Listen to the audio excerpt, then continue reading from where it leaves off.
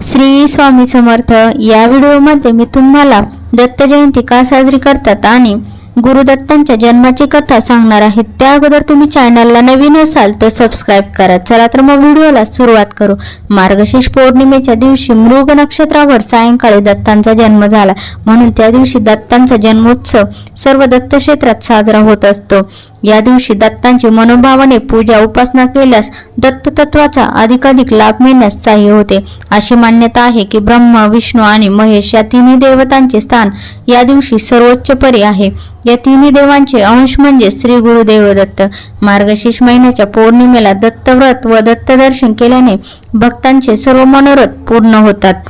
पूर्वीच्या काळी भूतलावर स्थूल व सूक्ष्म रूपात आसुरी शक्ती मोठ्या प्रमाणावर वाढल्या होत्या, त्यांना दैत्य म्हटले जात असे।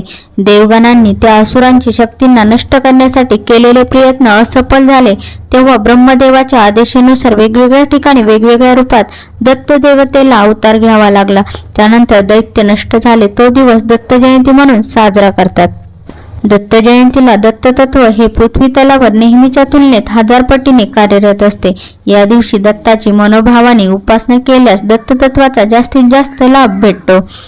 या उत्सवापूर्वी 7 दिवस गुरुचरित्राचे पारायण करण्याची पद्धत आहे, यालाच गुरुचरित्र सप्ताह असे सुद्धा म्हणतात।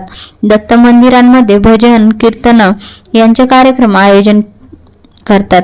दत्तगुरूंची पूजा, धूप, दीप व आरती करून प्रसाद वाटप करतात। दत्तांच्या हातातील कमंडलू व जपमाळ हे ब्रह्मदेवांचे प्रतीक आहे, तसेच शंख व चक्र विष्णूंचे आणि त्रिशूळ व डमरू हे शंकराचे प्रतीक आहे।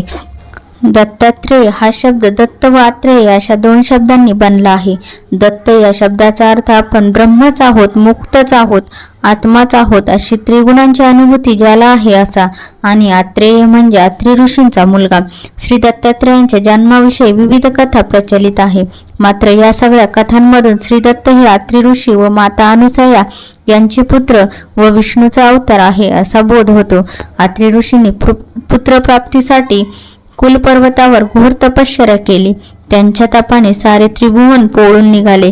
अत्री ऋषींच्या या प्रखर तपाने संतुष्ट होऊन ब्रह्म, विष्णू, महेश हे तिन्ही देव प्रगट झाले आणि त्यांनी अत्री ऋषींना तपाचे कारण विचारले। अत्री ऋषींनी त्यांना विनवले की आपण माझ्या उदरी पुत्ररूपाने जन्म घ्यावा। तिन्ही देवांना त्याची विनंती मान्य केली।